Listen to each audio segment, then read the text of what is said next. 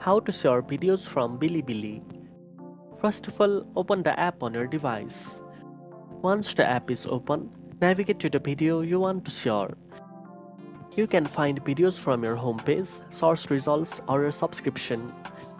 Next, tap on the share icon, usually located below the video or at the bottom right corner of the screen.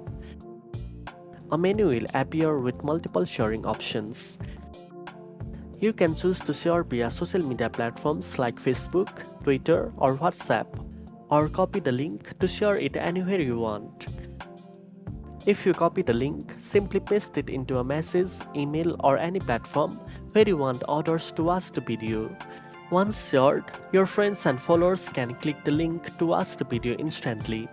Now you know how to share videos from Bilibili. If you found this video helpful, don't forget to like, share, and subscribe for more tech tips. Thanks for watching, and I'll see you in the next one.